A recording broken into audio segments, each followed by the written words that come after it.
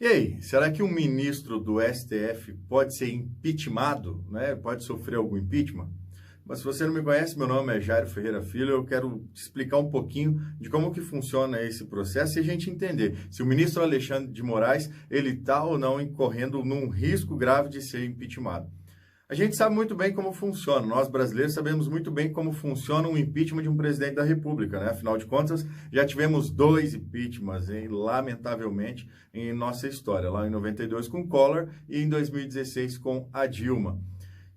Só que a gente nunca teve um impeachment de um ministro do STF. Então, isso é um pouquinho alheio, né? Um pouquinho avesso para a gente não sabe exatamente se funciona. A Constituição Federal, ela estabelece que o Senado Federal é o órgão, né, é a instituição responsável por processar e julgar os ministros do STF. Ou seja, os juízes dos ministros do STF são os senadores, né? E especificamente ali o presidente do Senado é quem tem a incumbência de fazer acontecer esse processo, é quem recebe eventual denúncia, pedido de impeachment e então coloca para ser processado e julgado, para você entender em linhas gerais basicamente como funciona. E qualquer cidadão, qualquer pessoa pode pedir o impeachment de um ministro do STF. E tem vários pedidos, né? São muitos, são inúmeros pedidos de impeachment que os ministros do STF já sofreram.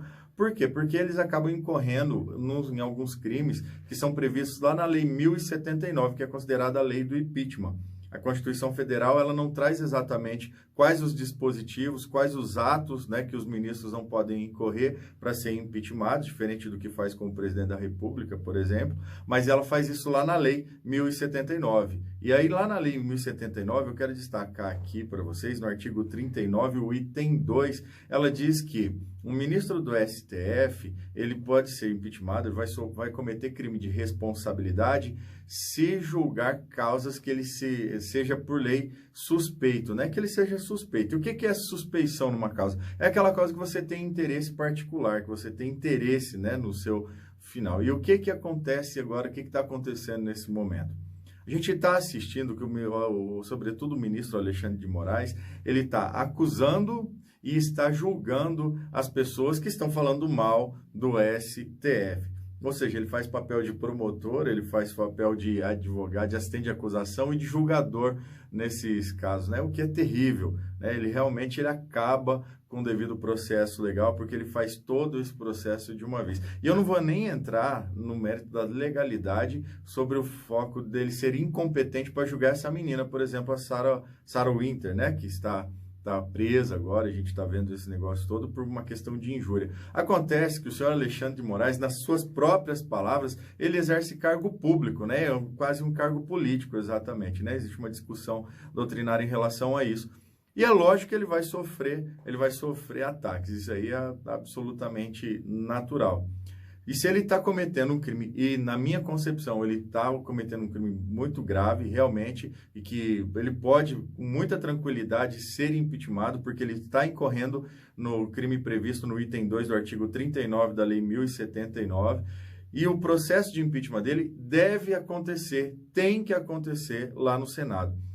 Nós não temos no sistema judiciário brasileiro um órgão superior ao STF. O único momento, a única corte que a gente pode recorrer, nesse caso, é ao Senado Federal, né? E eu, nas minhas últimas eleições, eu votei para o Álvaro Dias, né, lá em 2014, e foi eleito, né, senador pelo estado do Paraná, e depois no senador Oriovisto e no senador Flávio Arnes. Na minha concepção, eles fazem um excelente trabalho e eu espero que esse vídeo chegue até eles. E o que a gente espera desses senadores é que eles façam o trabalho deles, que eles realmente coloquem pressão no Davi Alcolumbre para que ele coloque esse processo para tramitar, para que o impeachment do Alexandre de Moraes comece a tramitar. Porque é assim que funciona a teoria dos freios e contrapesos, né? A gente não pode deixar o STF fazer o que eles estão fazendo. Eles estão rasgando a Constituição, né?